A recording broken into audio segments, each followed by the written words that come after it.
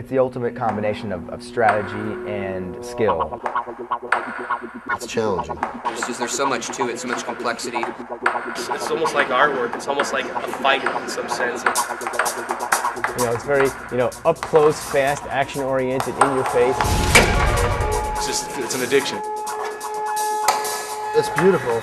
Most of the happiness in my life lately is as a result of this. Air hockey. I've covered Super Bowls and Cotton Bowls and NBA playoffs and all, and I have never found any more electricity than surrounds this crazy game of air hockey. Scores, Bills will all win. This is going to be something that's going to spread over this country and this world like you cannot believe. The historic Brunswick Company, most famously known for its bowling, unveiled air hockey to the masses in 1972. And it was an instant success. Tables began appearing everywhere from coast to coast. Many arcades have not one table, but 5 or 6 in a row. It was during this heyday that Colorado air hockey player Mark Robbins fell in love with the sport. Pursuing a Buddhist lifestyle, Mark hitchhikes and hops freight trains across the American landscape. 4 years later, in Tucson, Arizona, Mark first hears the sound that would change his life forever. Because it's a one-on-one player sport, you can't sort of slack off and let your teammates cover for you. It's either get tough or die on the air hockey table. Meanwhile, in the city of Houston, Texas, a Christian theology student named Phil Arnold had an epiphany at the table.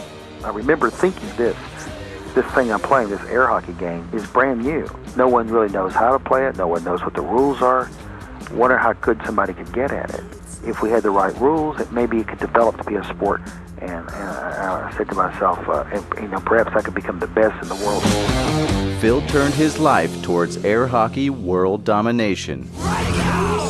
And how many members do you have now? Well, right here in Houston, it's grown to over 100. We have about 120 members now. Oh, that's great. He founded his own air hockey organization and formed the world's largest player base in history. We have a newsletter that goes to the player, a calendar that goes out that informs people of where the tournaments are around the city, around the state. He broadcasted championship matches over Mexican radio waves and brought players from all over the country together for the first ever USAA-sponsored national tournament. We are here for the National Air Hockey Championship. Phil Arnold is director of that tournament.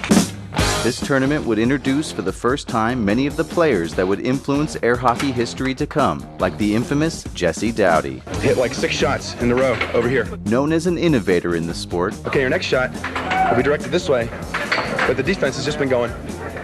Jesse brought a never-before-seen, slow, methodical puck style that would crown him 11-time national champ in the years to come. If I had to bet, I would bet on myself, yes. The passion and devotion of these men would echo down the decades into the players of today. My name is Daniel Hines. I'm an assistant store manager at Sears. My name is Andy Yevish. I'm an artist. I do caricatures on the boardwalk. My name is Anthony Marino. I'm a major distributor of ice cream. Billy Stubbs. I work for one of the big 5 ad agencies. Now, what do you do? I'm a stripper. I'm James Scott Britton. I'm a musician. I play multiple instruments. Ehab Shippery. I work for a large healthcare organization. My name is Don James. I do some contract work for the Department of Defense. Brian Troy. I'm a low voltage electrical engineer. My name is Mark Nizzi. I work with sex offenders and with developmentally disabled men one-on-one. My name is Michael Rosen. I import musical wind-up jewelry boxes from all over the world. Why are we here? Why are we here? I don't care if you're a woman. I don't care if you're a beginner. I don't care how old you are. The point is, anyone in this room can become the world champion today. It's open. It's freedom on the table. Players all around the world are waiting right now to find out in Canada, Barcelona, Spain, Venezuela, from the Rocky Mountains to the New York Islands. This land is made for air hockey. You're here to give everything you got today on the table because you want to win. Pure competition. Bloodied knuckles and fingers. People would say, it's not a sport. I said, you go watch a match, you look at both players and there's dripping sweat. The first tournament was always an eye-opener. When you suddenly see that the puck operates like an extension off the hand, it's like, oh my God.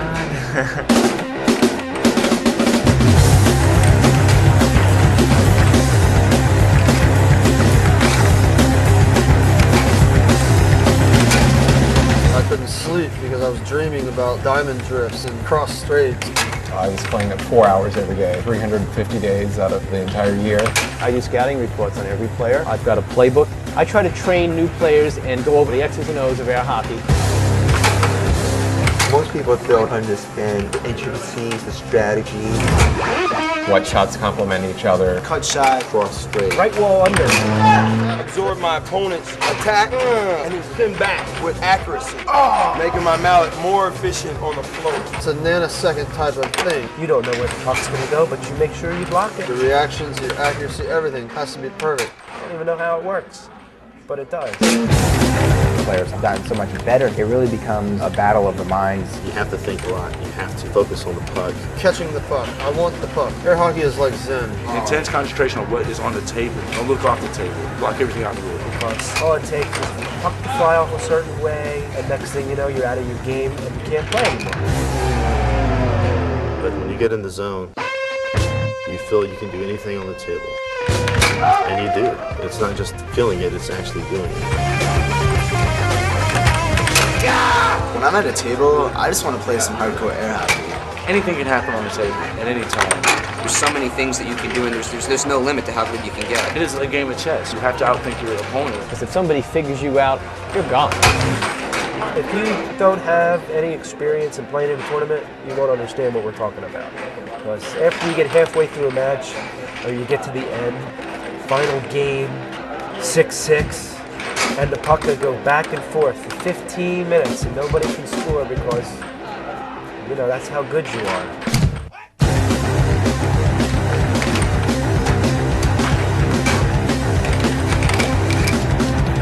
When you lose, it's like, A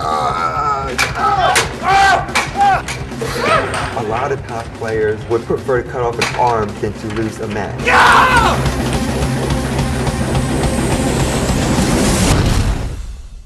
I love the United States Air Hockey Association. It's helped me find an inner zen that was missing from all the other things I do in life.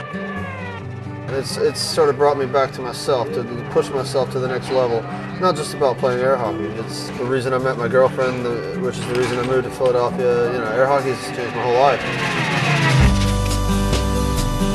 I think air hockey could change. Air hockey is in its infancy. It took ping pong 100 years to become an Olympic sport. Millions of people played it. There's a way to make this into something bigger. I want to see air hockey go past the Olympics. I'm air hockey part. This is something that's a big part of our lives. We are a family in air hockey because you grow through competition to really have an appreciation for the guy across the table. To me, playing air hockey is like ballet. It's just this beautiful dance. And all of a sudden, like Igor Stravinsky, just BAM! Something intense happens. Out of nowhere, it's just Wanting nothing more in life but to win. It's about that glory. It's about that pure passion you have for something and grasping, reaching out and getting it. To win, there's nothing better. The passion for the puck. Until the future. Until the future.